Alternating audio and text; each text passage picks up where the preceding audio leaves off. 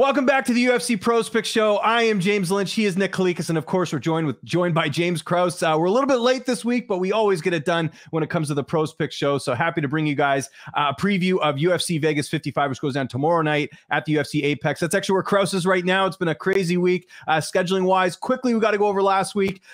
We were all high on Alexander Rakic. Knees happen, these things. People aren't completely invincible. He's not RoboCop apparently. So unfortunately, that did not cash. But my Ketlen Vieira by decision prop did cash, as did Ketlen Vieira and Davy Grant. And also we mentioned the Davy Grant knockout prop. That also hit. So hopefully you guys tailed those. And Jandiroba as well. Jandiroba, that's right. Yeah. Yes, of course. Got to give credit where it's due. Let's get right into it. Holm, Ketlen Vieira. Right now, I've seen the odds change a little bit here, but Holm, the decisive favorite here. I'm seeing a lot of books have -250. The comeback on Vieira +200. Nick, just first, any sort of interesting line movement here? It seems like the Holm line's getting a little bit higher. Yeah, it's gradually increasing. I mean, there's nothing significant or no notable sharp action at the betting window thus far. It's just everybody kind of coming in, parlaying that side a little bit as well. And we're kind of protecting her more so than anything else. Because stylistically, as we all know, it should be a very difficult matchup for Vieira here in this spot, right? I know Holm hasn't fought for a while, so there's some question marks surrounding her for sure. So we're not going to be overconfident with this because Vieira is definitely improving. And, she's got a couple paths to victory here. But still, stylistically, it is a very difficult fight. So just a little bit of gradual action, if that makes sense, on Holm. Krause, who are you liking in the main event? Yeah, I mean, I like Holm. I mean, for every reason that we're already, the obvious reasons. I think experience, strength of schedule, stylistically, I think she's a tough matchup.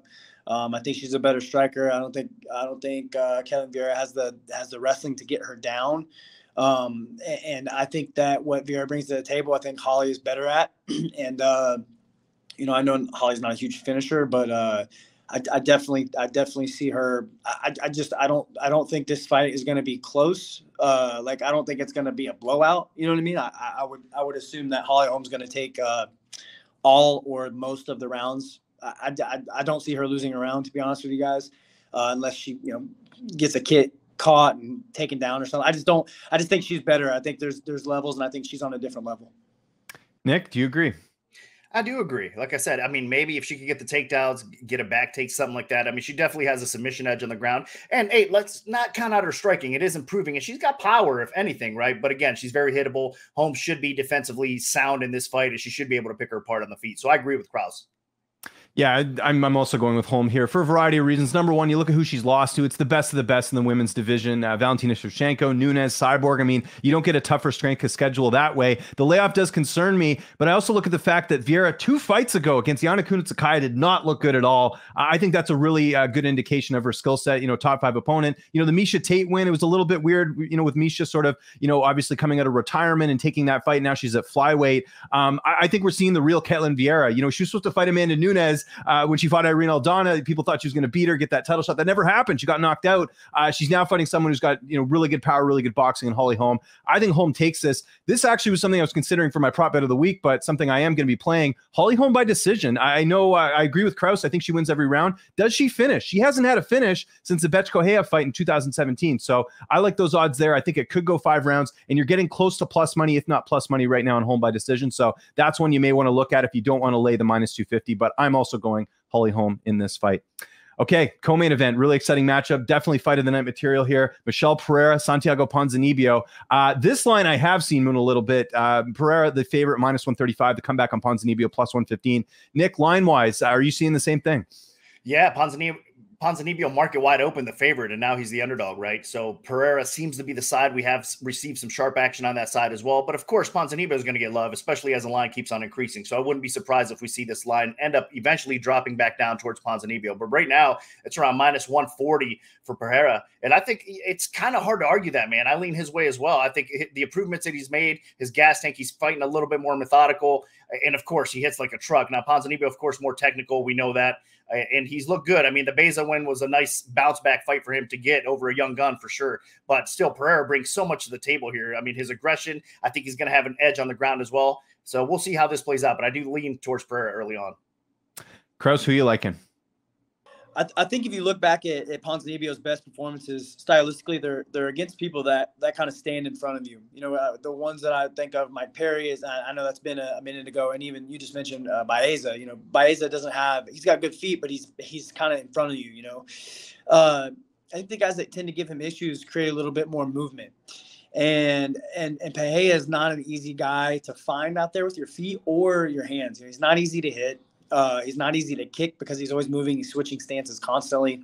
I just think the footwork is going to be a difficult matchup for Ponzinibbio here. And I think the active schedule, you know what I mean? Like Periera seemed to have been fighting a little bit more, and I see constant improvement with him. And I feel like I definitely feel like the A side is Periera. By how much, I'm not sure, but I do think if you're gonna play Periera, I mean, I like to go the distance on this, to be honest with you guys. Yeah. This one is a weird fight. I think people thinking that you're going to see the old Ponzinibbio, the one that beat Neil Magny. I don't know if that Ponzinibbio exists anymore. You know, he's had a lot of injuries. He had a lot of layoffs, like Krause referenced there. So I'm not expecting to see some rejuvenation here. And, you know, the Beza win was good, but we've also seen Beza on a bit of a slide himself. So to me, what it comes down to is Michel Periera going to fight smart in this one, because his fight IQ has cost him a couple fights, right? The Tristan Connolly fight, that was an easy fight, in my opinion, that he could have won. Diego Sanchez, the illegal knee, that's a fight he should have won, ended up losing there. So as long as he doesn't do anything too crazy, he should win. He's younger, he's faster, and I agree with Krause here. I don't know if he puts away Ponzinibbio. I think it could go the distance in that one. That might be the only play here if you're going to do it, but other than that, I'm staying away here just because, again, Periera is very unpredictable, and even Ponzinibbio, yeah, I mentioned he's not the same guy, but he does have better opposition overall, so that's kind of what I'm looking at here, but the pick is going to be Michel Periera. Let's get to our prop bet of the week. Krause, you want to lead us off here? What are you liking prop-wise? Yeah, there's a lot of props that I really like on this one. You mentioned the home by decision. I like that a lot. I like the play that you're about to say a lot. But I'm gonna go ahead and go with Jonathan Martinez by decision. I think that was sitting at like -105, -110, somewhere there. Is that right? Yeah, close to plus money. Yeah, I like that. Martinez is not a huge finisher. If there is going to be a finish, it'll probably be by high knee. He's got a very good high knee. I've trained with him quite a bit, but he tends to just kind of pot shot and pick his shots from afar, stay safe, defensively sound, and he throws ones and twos really well. So I think Martinez by decision is a good play. Yeah, and also mentioned, to add on your point of that prop, Martinez, when he finished Frankie Saenz, remember, it was late in the fight. So that sort of leads more to your point of, you know, if he does get a fish, it would be later. But again, he's become a new fighter since going to Syndicate. So I'm with you there. I think it's going to be a little bit closer, but I see Martinez taking the decision there. Nick, what are you liking? Yeah, I like that as well, Krause. My prop bet will probably be something along the lines I think that you agree with here, Lynch, is actually Njokuani Todorovic does not hit the scorecards. Fight does not go the distance, is probably around -200 out there, market average, maybe a little bit more chalk. But that being said, I don't think this fight hits the scorecards. Njokuani, I think, wins this fight, and he wins it by knockout. I agree with that as well. So either way, though, I think Todorovic on the other end of it, obviously he's very aggressive. He's got knockout power, and he's got the submission ability to probably finish if he gets his opportunity as well. So either way, something's got to give here. I like the chalk here, -200-ish. You got to bet it. Yeah, and that's exactly what I'm going with. Shinya Njokuani by TKO KO for whatever reason is +110. I mean, we saw this guy get knocked out by Puna Soriano not that long ago. I think Njokuani's got even more power than that. We saw what he did to Marc-Andre Barrio. I'm liking Njokuani TKO KO prop +110. I know it's 3 rounds, but this guy doesn't like getting paid by the hour. We've seen that the last couple fights. He's been going out there and getting quick wins. So liking Njokuani by knockout there. Okay, bet of the week. Krause, what are you liking? I don't really have anything that stands out to me. If you guys want the truth, there's a lot that I like. It's super chalky, but I do like Holm. I like Holm a lot, and there's so many things running through my head. Like I like Holm by decision. I like parlaying Martinez and Holm. Like I think any of those 3 are going to hit. I feel really good about those. But I think stylistically those 2 fights are really tough matchups for the other side. So let's just parlay Holm and Martinez. I was going to say, yeah, I was going to suggest that actually. If you like Martinez for the prop bet, he's probably going to be good in that parlay there. Nick, anything you're liking bet wise?